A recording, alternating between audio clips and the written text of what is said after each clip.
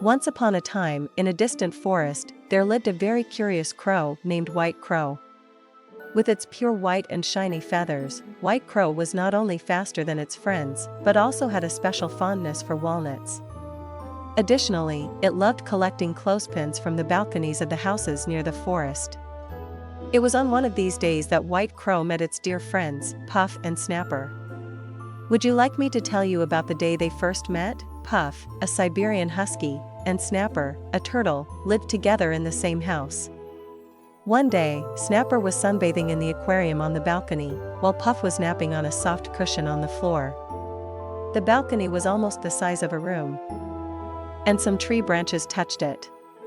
There were various flowers and pots on the railing. White Crow, tired from flying high, had come to rest on a large pine branch near the balcony. "I wish I had a flying carpet so that I could easily go wherever I wanted, even when tired, and maybe even sleep while doing so," thought White Crow. While resting on the high branch and looking around, it noticed the balconies. Snapper's balcony had a fan, which White Crow found peculiar, thinking, "What a strange thing this is." However, when it looked at the next balcony, something green caught its attention. Could it be a clothespin, White Crow wondered? With curiosity, it flew to the balcony railing and perched there.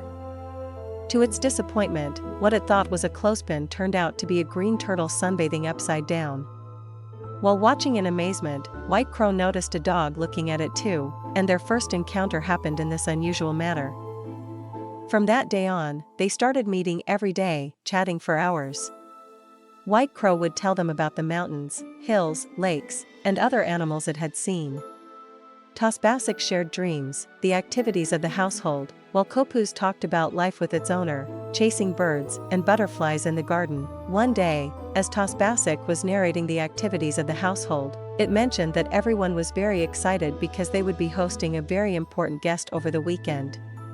Kopuz didn't seem to care much, as its only desire was to go out into the garden and chase butterflies around. Upon hearing about the upcoming guest, White Crow immediately got curious. After all, it was a curious crow.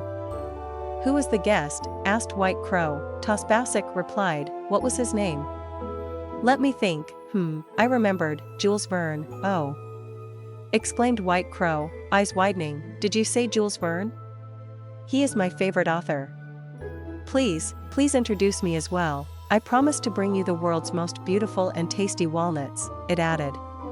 Tosbasic and Kopuz assured, "Okay, buddy, don't worry." White Crow eagerly waited for the weekend, and as soon as the meeting time arrived, it flew straight from the forest to the balcony. There, it found its friends and an unfamiliar face. Its friends introduced the guest. Yes, he was White Crow's favorite author, and it started asking questions excitedly. "Calm down," said the favorite author, "I have plenty of time, you can ask me anything you want. After all, I've never had a crow asking me questions before," he added with a smile. White Crow began asking its questions. "Sir, my favorite books of yours are Journey to the Moon, 20,000 Leagues Under the Sea, and Around the World in 80 Days. Did you really go to the moon?" "No, I didn't go, but I would have loved to. When I was writing this book, we hadn't landed on the moon yet. As a child, I used to look at the moon at night and thought it was always following me. I wished I could be on the moon. In fact, I found an old diary the other day, and I had written about this there," replied the famous author. White Crow continued with its questions. "If these are not real, how could you write about them?" The author answered, "What I write doesn't have to be real. I can write about what I imagine, the places, people, and animals I see in my dreams. I can go underwater, travel around the world. They call what I write science fiction." As the sky darkened, the stars appeared. White Crow kept asking questions, endless questions. But it realized it was already evening and sadly stopped asking questions. It was time to say goodbye. The famous author said, "I'm glad to have met you. You're a very smart and curious crow. I'll come to see you and your friends often. By the way, if you have any more questions, you can write me a letter." White Crow became very happy upon hearing these words. They bid farewell, and the famous author left to return home. White Crow hugged its friends for introducing it to the author and gave them the walnuts it had brought. Then, it flew towards the forest, knowing it would visit its friends again the next day.